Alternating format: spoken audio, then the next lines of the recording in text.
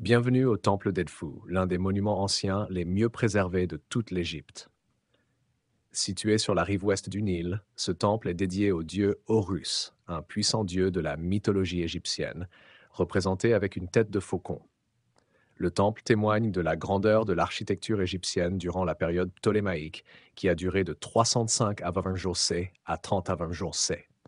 La construction du temple d'Edfou a commencé en 237 avant jour C sous Ptolémée III et s'est achevée vers 57 avant jour C sous le règne de Ptolémée XII, le père de la célèbre Cléopâtre. Le temple a été construit en l'honneur d'Horus, qui, selon la légende, a combattu et vaincu son oncle Seth dans une bataille acharnée pour venger la mort de son père Osiris. Cette légende est représentée à travers le temple par des sculptures et des inscriptions magnifiquement détaillées qui offrent une vision vivante des croyances égyptiennes anciennes concernant les dieux, l'au-delà et l'ordre cosmique.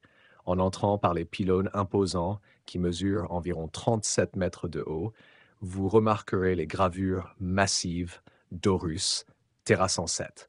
Ces gravures représentent la lutte éternelle entre le bien et le mal.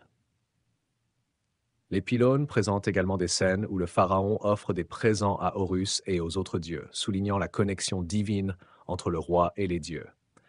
Au-delà de l'entrée se trouve la grande cour, un vaste espace ouvert où se tenaient des festivals et des cérémonies.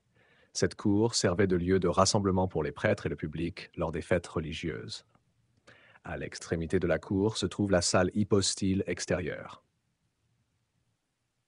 Les colonnes de cette salle sont décorées de motifs floraux complexes, représentant le lotus et le papyrus, symboles de la Haute et de la Basse Égypte, respectivement. Le toit de cette salle est encore intact, ce qui vous donne une idée de l'ampleur et de la magnificence de l'époque.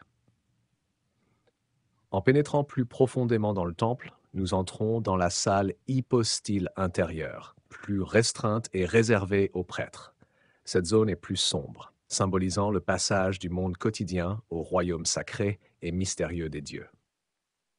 Les murs ici sont recouverts de hiéroglyphes racontant l'histoire des rituels en l'honneur d'Horus, y compris la fête de la belle rencontre annuelle, où Horus voyageait pour rendre visite à son épouse Hathor au temple de Dendera.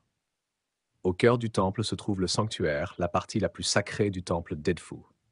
Cette salle abritait autrefois une statue dorée d'Horus et sa barque sacrée qui servait à transporter le dieu lors des processions. Le sanctuaire est en granit noir et bien que la statue d'origine ne soit plus là, vous pouvez encore voir l'autel où les offrandes étaient déposées. L'une des caractéristiques les plus intéressantes du temple d'Edfou est le nilomètre, un dispositif utilisé pour mesurer le niveau des eaux du Nil. C'était extrêmement important pour les anciens Égyptiens, car l'inondation annuelle du Nil apportait un sol fertile à leurs terres agricoles. Les prêtres utilisaient le nilomètre pour prédire le niveau de l'inondation et déterminer le succès de la récolte, ce qui influençait le montant des impôts collectés. En explorant les murs extérieurs du temple, vous remarquerez qu'ils racontent une histoire chronologique de la construction et de l'histoire du temple. Ces gravures incluent également des récits sur la façon dont le temple était utilisé et sur la vie quotidienne des prêtres qui le maintenaient. Bien qu'il ait été construit il y a plus de 2000 ans, le temple d'Edfou a survécu remarquablement bien grâce à la protection offerte par les sables du désert qui l'ont enterré pendant des siècles. Sa redécouverte et son excavation au XIXe siècle nous ont permis d'apprécier la splendeur de l'architecture religieuse de l'Égypte ancienne.